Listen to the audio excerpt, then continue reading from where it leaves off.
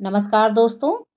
इस वीडियो में आज हम देखेंगे कक्षा 5 की प्रकृति की कार्य पुस्तिका से पाठ नंबर 19 राष्ट्रीय एकता। प्रश्न 1, हमारी राष्ट्रीय एकता के प्रेरणा स्रोत कौन है? तो इसका आंसर हमारे राष्ट्रीय पर्व और हमारे राष्ट्रीय प्रतीक हमारी राष्ट्रीय एकता के प्रेरणा स्रोत है। फिर है दूसरा प्रश्न, हमारे राष्ट्रीय पर्व कौन कौन से हैं? तो ये आएंगे 15 अगस्त यानी स्वतंत्रता दिवस, 26 जनवरी गणतंत्र दिवस एवं 2 अक्टूबर गांधी जयंती। ये हमारे राष्ट्रीय पर्व हैं। प्रश्न नंबर 3, सही विकल्प पर सही का निशान लगाइए। क है गांधी जयंती कब मनाते हैं? तो इसका आंसर आ जाएगा ऑप्शन अ 2 अक्टूबर को। ख है गणतंत्र दिवस कब मनाते हैं? तो इसका आंसर आएगा ब यानी 26 जनवरी। फिर है ग प्रश्न, स्वतंत्रता दिवस कब मनाते हैं? तो ये आएगा 15 अगस्त यानी ऑप्शन स। फिर है प्रश्न नंबर 4, क्या आपके स्कूल में गणतंत्र दिवस और स्वतंत्रता दिवस मनाया जाता है? कैसे मनाते हैं? तो इसका आंसर देखते हैं। हाँ, हमारे स्कूल में गणतंत्र दिवस पर और स्वतंत्रता दिवस पर झंडा फहराया जाता है तथा विभिन्न सांस्कृतिक कार्यक्रम किए जाते हैं। अब है प्रश्न 5, राष्ट्र ध्वज कब कब फहराते हैं? तो यह आ जाएगा राष्ट्र ध्वज राष्ट्रीय पर्व स्वतंत्रता दिवस, गणतंत्र दिवस, गांधी जयंती के अवसर पर फहराते हैं। फिर है राष्ट्रीय झंडे को तिरंगा क्यों कहा गया है या क्यों कहा जाता है? तो इसका आंसर है राष्ट्रीय झंडे में 3 रंग होते हैं, ऊपर केसरिया रंग, बीच में सफेद रंग तथा सबसे नीचे हरा, इसीलिए इसे तिरंगा कहते हैं।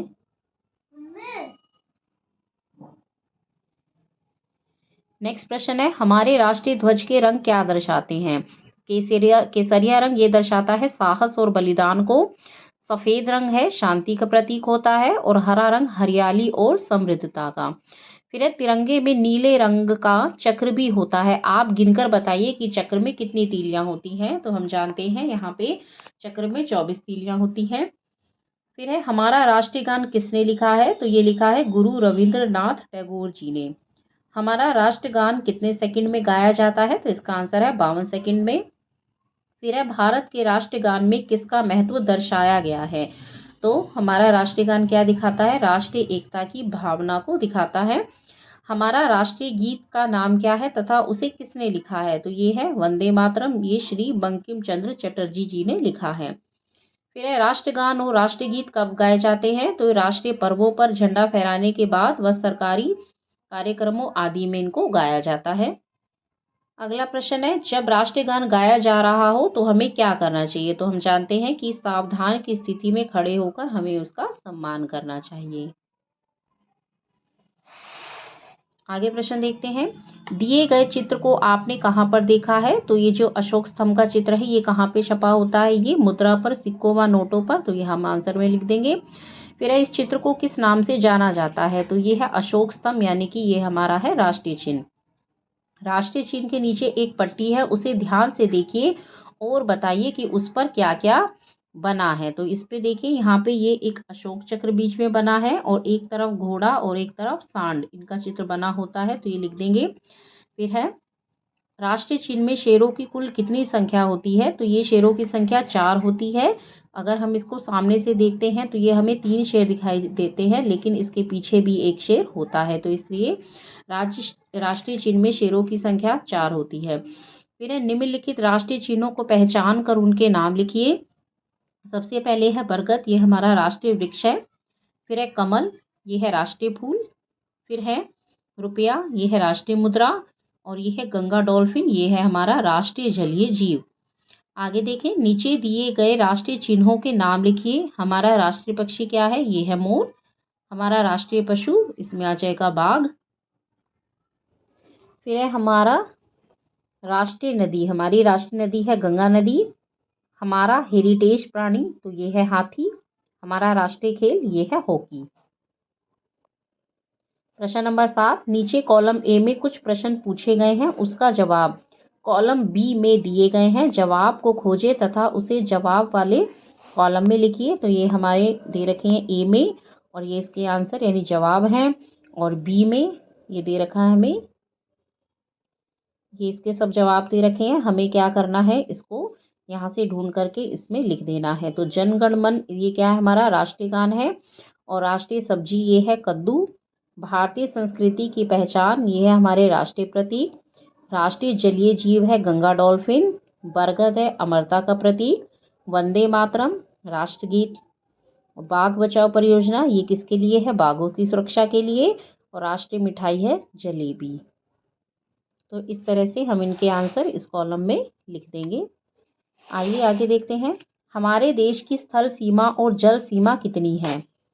तो हमारे देश की स्थल सीमा लगभग 15,500 किलोमीटर लंबी और जल सीमा लगभग 7500 किलोमीटर लंबी है। भारतीय सेना के प्रमुख अंग कौन कौन से हैं, वह क्या काम करते हैं, अपने नोटबुक में लिखें। इसे हम बच्चों की नोटबुक में लिखवाएंगे। तो उसमें जैसे भारतीय सेना के प्रमुख अंग में हम थल सेना, स्थल सेना, वायु सेना, इन सब का वर्णन करेंगे। उसको बता करके बच्चों को उसके बारे में लिखवा सकते हैं। फिर है रिक्त स्थानों को भरिए। तीनों सेना के सर्वोच्च सेनापति डैश हैं, ये आ जाएगा राष्ट्रपति। रक्षा संबंधी कार्य डैश करते हैं, ये रक्षा मंत्रालय द्वारा किया जाता है। तीनों सेना का मुख्यालय नई दिल्ली में है। फिर है सेना अध्यक्ष का क्या काम होता है?